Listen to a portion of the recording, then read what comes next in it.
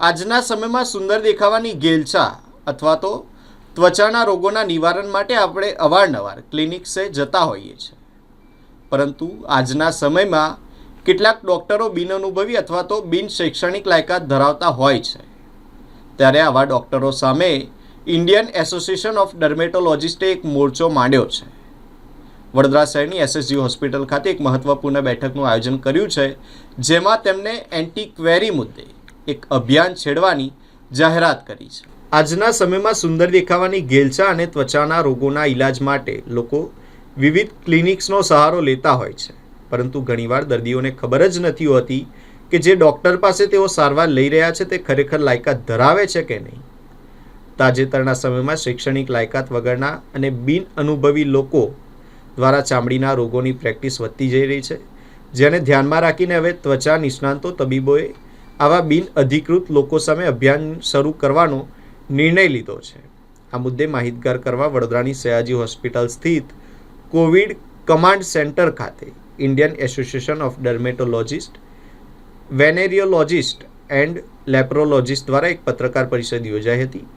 એસોસિએશનના જણાવ્યા મુજબ છેલ્લા કેટલાક સમયથી એવા લોકો ત્વચા અને કોસ્મેટિક પ્રેક્ટિસ કરી રહ્યા છે જેમની પાસે જરૂરી તબીબી લાયકાત નથી. એક માન્ય ત્વચા નિષ્ણાત પાસે MBBS સાથે MD, DNB અથવા તો DDVL જેવી પોસ્ટ ગ્રેજ્યુએટ ડિગ્રી હોવી જરૂરી છે, પરંતુ ચિંતાજનક બાબત એ છે કે BDS, BHMS અથવા તો આયુષ જેવી ડિગ્રી ધરાવતા કેટલાક તબીબો એલોપેથી દવાઓ અને જટિલ પ્રોસિજર દ્વારા ત્વચાના રોગોની સારવાર કરી રહ્યા છે, જેનો તેમને કાયદેસર અધિકાર નથી. આવી સારવાર દર્દીઓ માટે નુકસાનકારક સાબિત થઈ શકે છે. ત્યારે આ મુદ્દે पत्रकार परिषद योजी विशेष माहिती आपवामां आवी छे. तो आज का प्रेस कॉन्फ्रेंस जो हमने एसएसजी हॉस्पिटल में रखा है उसका सिर्फ एक ही मेन पॉइंट है कि जो डॉक्टर स्किन स्पेशलिस्ट क्लेम होने का ट्रीटमेंट करते हैं, ठीक है, जो बोलते हैं कि हम डर्मेटोलॉजिस्ट हैं, बहुत सारे केसेस में वो स्किन स्पेशलिस्ट नहीं होते हैं. आपको उनका डिग्री देखना चाहिए, वेदर दे आर MBBS और नॉट, कि वो MD है कि नहीं, कि वो DNB डर्मेटोलॉजी है कि नहीं, और तभी उनके पास जाना चाहिए. आपका डर्मेटोलॉजिस्ट ही आपके स्किन को अच्छी तरह जानता है. हमारा स्किन हमारे बॉडी का सबसे बड़ा ऑर्गन है और उसका ख्याल करना आपके हाथ में है. आप अपने आप को एजुकेट करें कि आपका डॉक्टर सच में स्किन स्पेशलिस्ट है कि नहीं. इन्फ्लुएंसर के पीछे मत डालिए. ये मत देखिए कि ये डॉक्टर हमें कम पैसे में लेज़र हेयर रिमूवल कर रहा है, ये हमें कम पैसे में पिगमेंट का ट्रीटमेंट कर रहा है.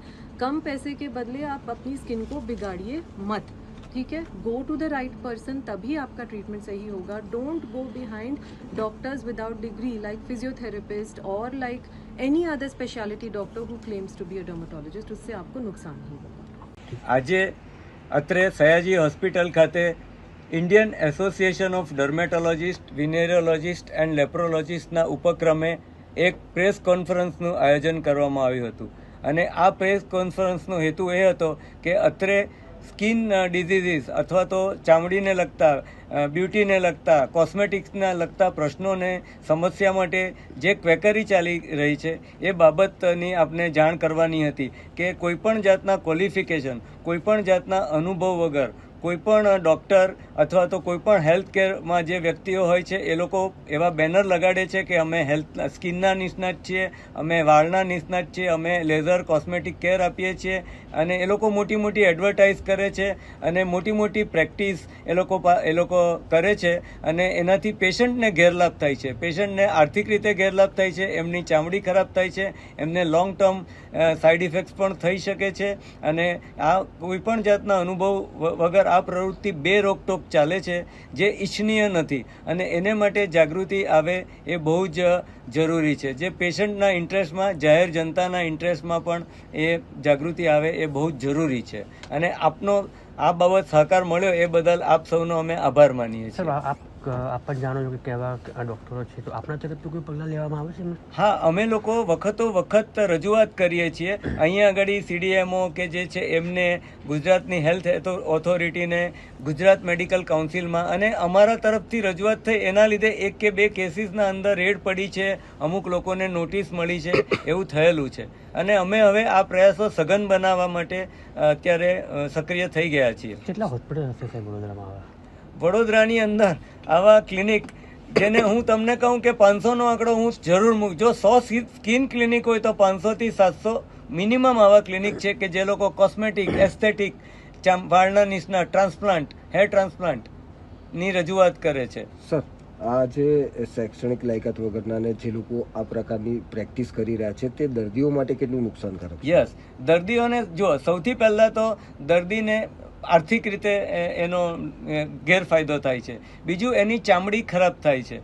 ત્રીજું, એનું નિદાન થતું નથી. જે નિદાન નિષ્ણાત કરી શકે એ નિદાન કરતા નથી, સાચું એનું નિદાન કરતા નથી, એટલે એનો રોગ કદાચ વધી શકે છે. રોગનું નિદાન ડિલે થાય, પ્રોપર ટ્રીટમેન્ટ ડિલે થાય તો રોગ વધી શકે છે. અને છેલ્લું, એ લોકો જે સારવાર આપે છે એ પોતે એટલા જો ઘડાયેલા ના હોય તો એ અણઘડ સારવારના લીધે એને કોમ્પ્લિકેશન થાય છે. એની ચામડીને બંધ થઈ શકે છે, એની ચામડીને ડાઘા કાઢવા જતાં ડાઘા પડી શકે છે, કોઈવાર સફેદ ડાઘા પણ પડે છે, ચામડી પાતળી થાય છે સ્ટીરોઇડના ઉપયોગથી, સ્ટીરોઇડનું વ્યસન થઈ જાય છે. અમારી પાસે એવા દર્દીઓ આવે છે કે જેની ચામડી ઉપર સ્ટીરોઇડ જો દિવસમાં એકવાર નહીં લગાડે તો એ લોકોને ઊંઘ ના આવે, મોઢું બળે.